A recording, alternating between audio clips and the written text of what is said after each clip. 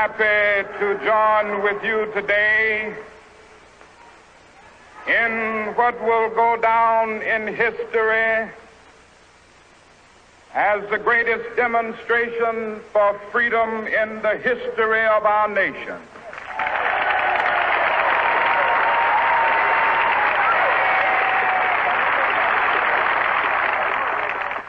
Five score years ago, a great American in whose symbolic shadow we stand today signed the Emancipation Proclamation.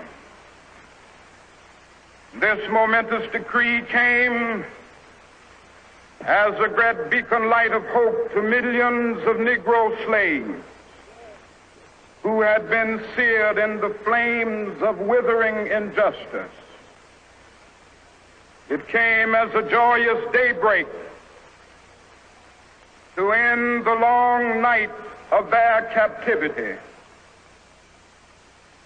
But 100 years later,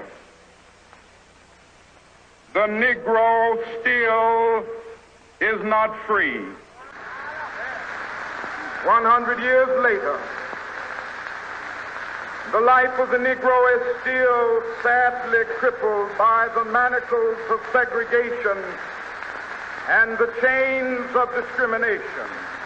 100 years later, the Negro lives on a lonely island of poverty in the midst of a vast ocean of material prosperity.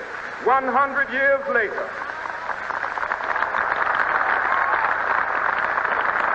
the Negro is still languished in the corners of American society and finds himself in exile in his own land.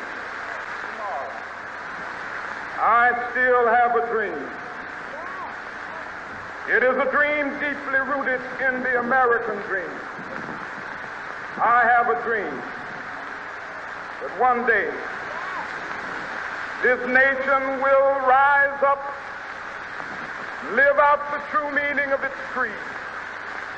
We hold these truths to be self-evident, that all men are created equal.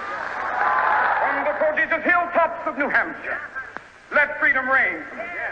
From the mighty mountains of New York, let freedom reign from the heightening Alleghanies of Pennsylvania. Let freedom reign from the snow-capped Rockies of Colorado. Let freedom reign from the curvaceous slopes of California. But not only that, let freedom reign from Stone Mountain of Georgia. Let freedom reign from Lookout Mountain of Tennessee. Let freedom reign from every hill and molehill of Mississippi, from every mountainside. Let freedom reign, and when this happens,